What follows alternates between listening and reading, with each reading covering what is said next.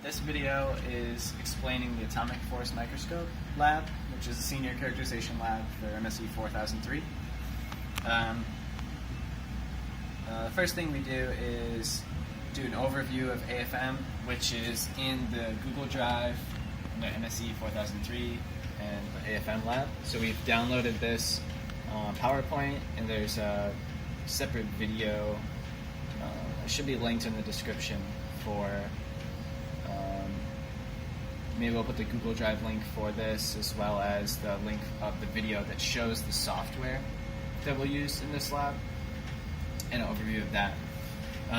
Then we've got the procedure, which will basically be investigate the operating procedures of an AFM, the components, how everything works, what parameters we're using, identify some real-world applications of this research, and we'll take a look at 4 different samples.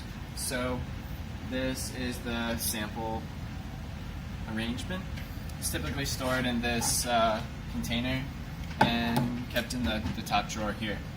So we have 4 samples in a row here.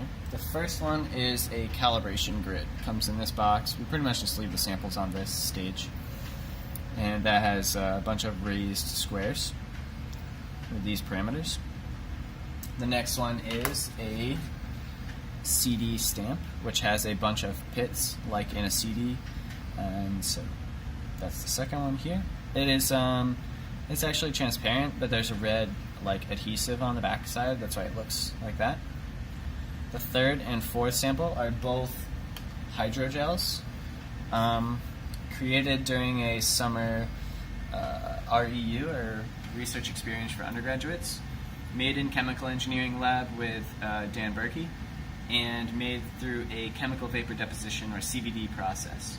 That process is essentially taking this silicon wafer as a substrate and flowing gases over it, which contain some polymer material mixed in with like a gas solution.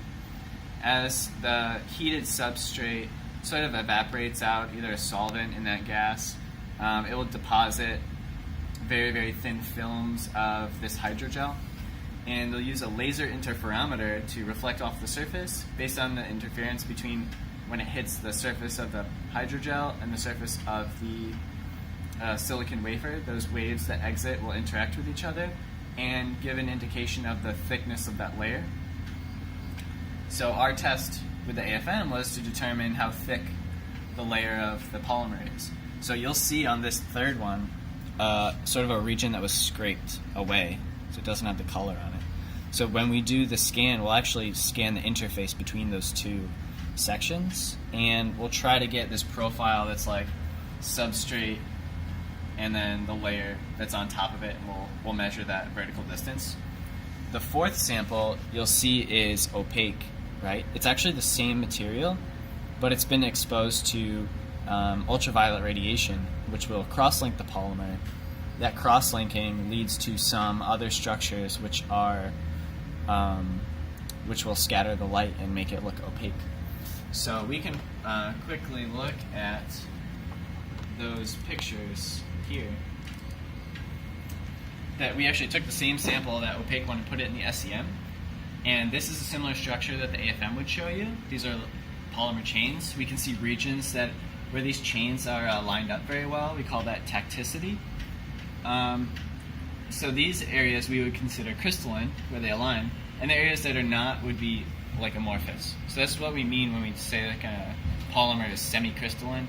We'll have those areas. Now if we zoom out, we'll see that there are sections of this crystallinity, maybe even 4 or 5 chains that could be aligned to where we see that.